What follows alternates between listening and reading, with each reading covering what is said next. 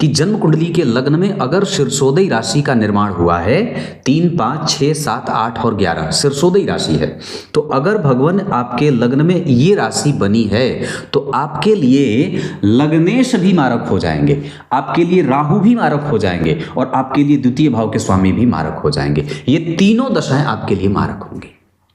इसको अब उदाहरण से समझाता हूं। जैसे मान लीजिए किसी जातक की कुंडली बनी है सिंह लग्न की, या सिंह का ही विचार कर लेते हैं, तो यहाँ पे 6 नंबर लिखेगा। तो अब होगा क्या कि ये शीर्षोदय राशि है।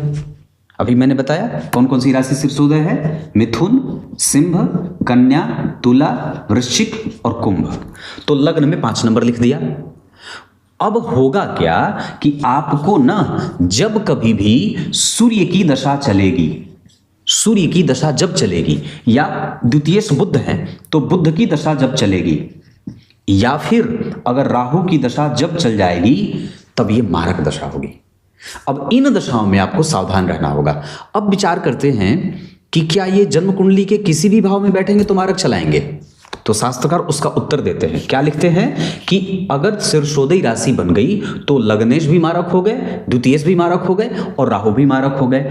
अब उसमें वो डबल ट्रिपल मारक कब होंगे? जब इसी बुध के साथ राहु इसी भाव में बैठ जाए, या फिर ये बुध द्वितीय भाव में बैठे हों और इन पर यहां बैठे राहु की दृष्टि पड़ जाए, या अष्टम भाव में बैठे राहु की दृष्टि पड़ जाए, या 6वें भाव में राहु बैठे हैं उनकी दृष्टि पड़ जाए।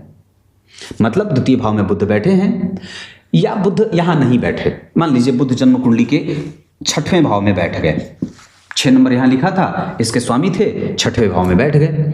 अब इस 6वें भाव में बैठे बुध की दशा तो आपकी कुंडली में मारक दशा हो गई। अब अगर इस पे राहु यहां बैठ करके देख लें, यहां बैठ कर देख लें, यहां बैठ करके देख लें, मतलब अब बुध में राहु का अंतर, या बुध राहु में बुध का अंतर, या साथ ही साथ अगर उसमें सूर्य का प्रत्यंतर आ जाए तो वो दशा आपके लिए मारक दशा होगी। एक बार फिर से इसको समझाता हूं बहुत स्पष्टतया, ताकि कोई भी इसमें कोई कंफ्यूजन ना रहे और आपको जब कभी भी मारक दशा समझनी हो। फिर से इसको समझते हैं। मैंने क्या बात कही थी, कौन कौन सी राशियां शीर्षोदय हैं? एक मिथुन, सिंह, कन्या, तुला, वृश्चिक और कुंभ। इसमें से मान लीजिए लग्न में 11 नंबर लिख दिया, तो अब 11 नंबर यहां लिखा तो जन्म कुंडली के द्वितीय भाव में गुरु की राशि बनेगी।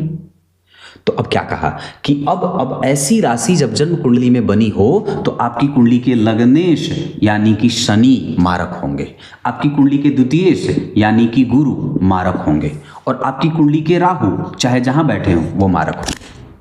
तो अब क्या होगा कि जब कभी भी आपको शनि की महादशा में गुरु का अंतर आए, या गुरु की महादशा में शनि का अंतर आए और उसमें राहु प्रत्यंतर में आ जाए, या फिर राहु की महादशा में शनि का अंतर आए और उसमें गुरु का प्रत्यंतर आ जाए, मतलब ये तीनों ग्रह जब कभी भी एक साथ एक्टिव होंगे ना तो आपको मारक दशा चलेगी।